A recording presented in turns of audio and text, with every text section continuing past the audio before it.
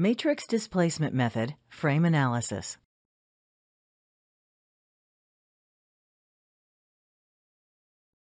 In the previous lectures, we defined a beam element with 4 degrees of freedom, 2 vertical displacements, and 2 rotations. See lecture SA47. We also defined a truss element with 2 degrees of freedom, 2 axial displacements. See lecture SA48.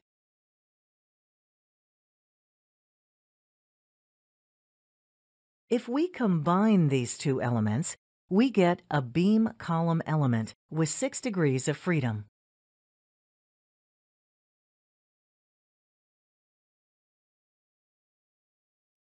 In this lecture, we want to come up with a matrix formulation for the beam column element and to show how it can be used to analyze frame structures. Given that our element has 6 degrees of freedom, we can define 6 member end forces. We label them F1 through F6.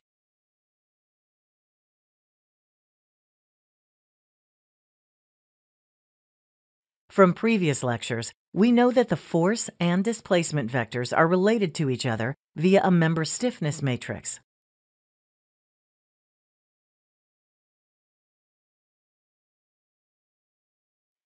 This is the member force vector. This is the displacement vector. And this is the stiffness matrix, all specified in a local coordinate system. We can define the elements of this matrix by superimposing the truss and the beam member stiffness matrices. Here is the beam stiffness matrix given in the local coordinate system. See lecture SA47 for details. We are going to turn this matrix into a 6 by 6 matrix. Why? Because the beam column element that we wish to define has 6 degrees of freedom. To do so, we add 2 rows and 2 columns of zeros to the matrix, like this.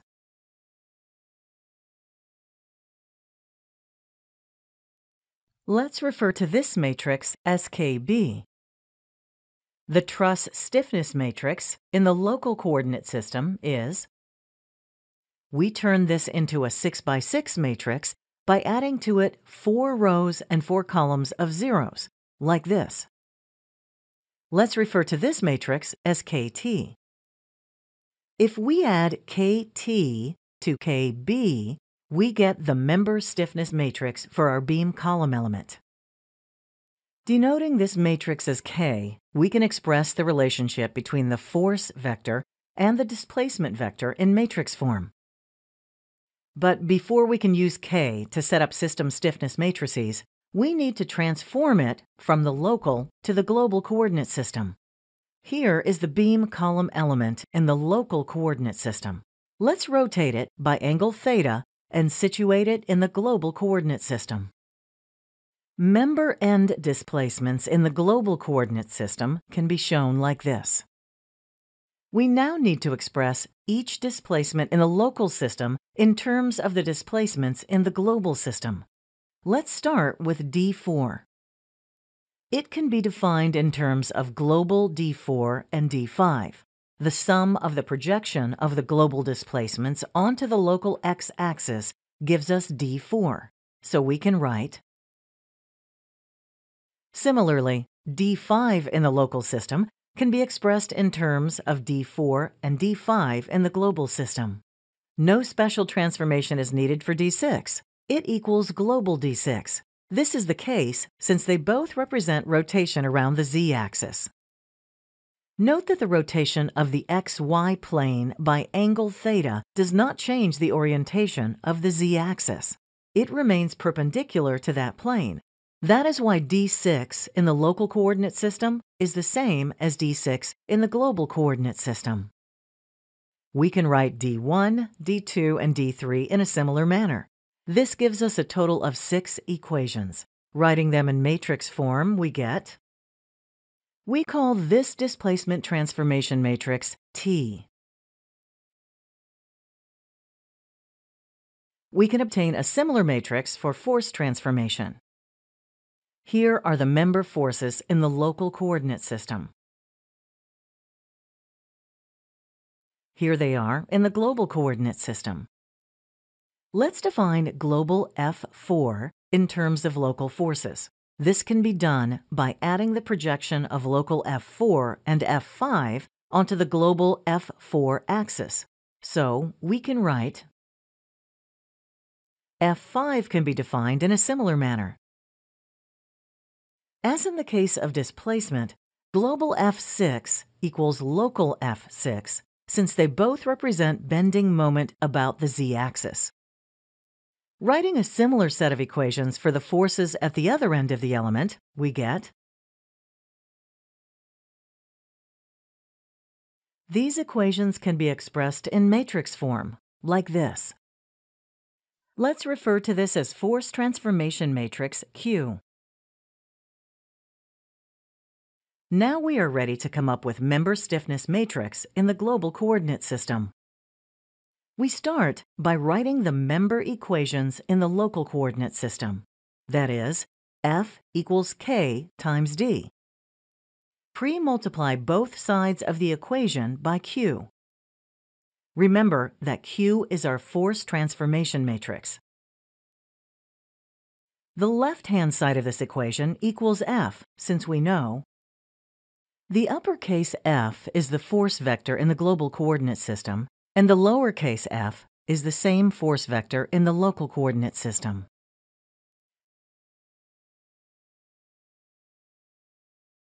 Further, since the lowercase d equals t times the uppercase D, we can write, given that F and D are given in the global coordinate system, then Q times K times T must be member stiffness matrix also in the global coordinate system. Here is Q, here is K, and here is T. Multiplying Q by K by T, we get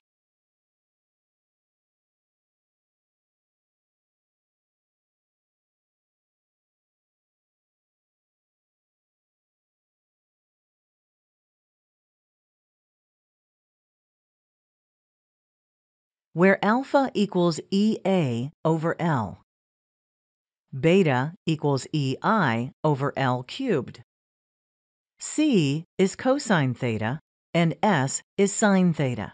Here, E is modulus of elasticity of the material, I is moment of inertia about the axis of bending, and A is cross-sectional area of the element. This is the global stiffness matrix for our beam column element.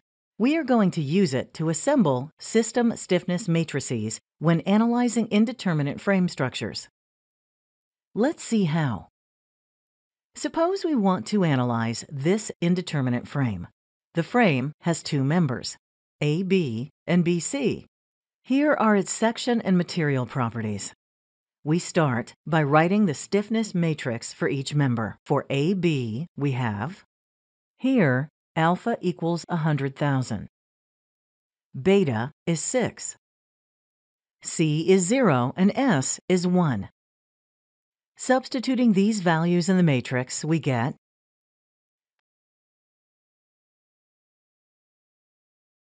for BC, alpha is 125,000. Beta is 11.72, C equals 1, and S is 0.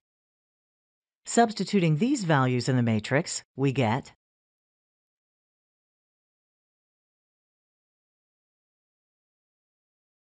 now we are ready to assemble the system stiffness matrix.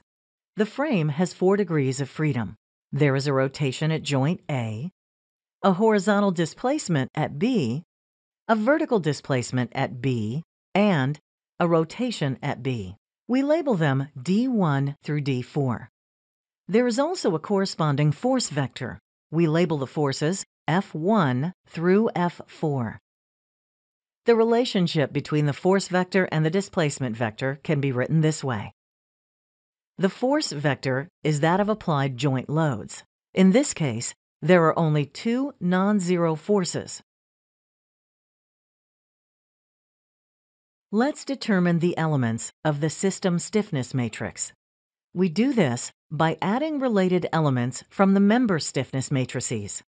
Let's keep the numbering system for members AB and BC in mind. Here are the numbers for AB, and here they are for BC. K11 of the system is the same as K33 of member AB.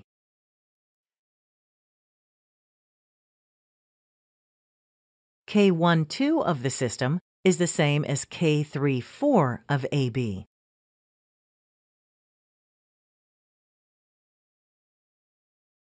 K13 is the same as K35 of AB.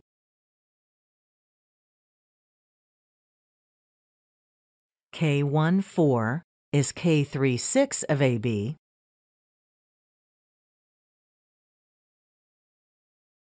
K22 of the system is the same as K44 of AB plus K11 of BC.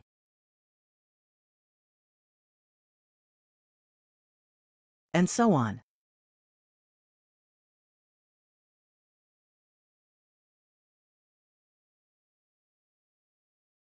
Since we already have calculated the coefficients of the member stiffness matrices, we can easily determine the system coefficients. Here they are.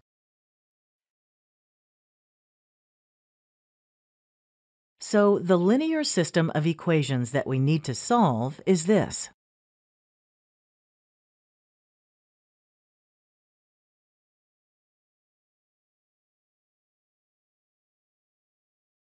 The unknowns are the degrees of freedom of the structure. Solving the equations, using, say, the Gaussian elimination method, we get these values. We can then use the computed displacements to write the displacement vector for each member. For member AB, we get, and for BC, we have,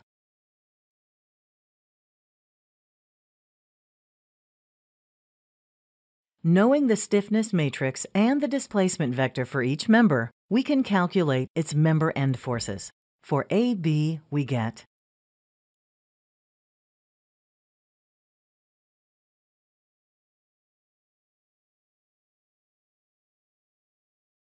here are the forces shown graphically.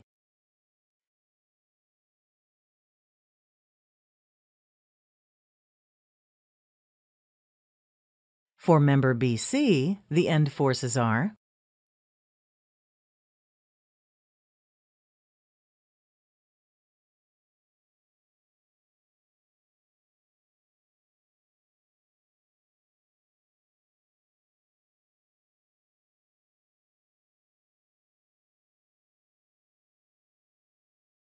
Now, we can easily determine the support reactions for the indeterminate frame.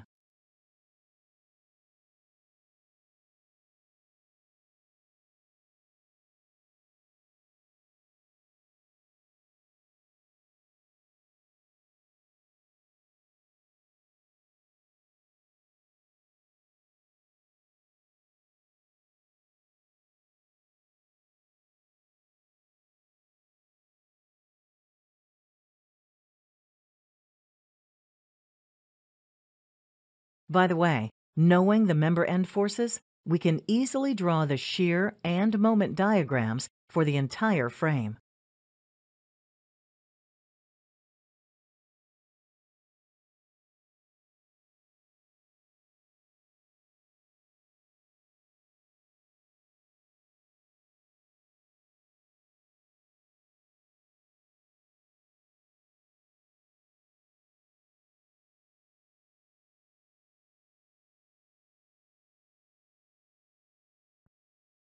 We will examine the analysis of frames subjected to member loads in a future lecture.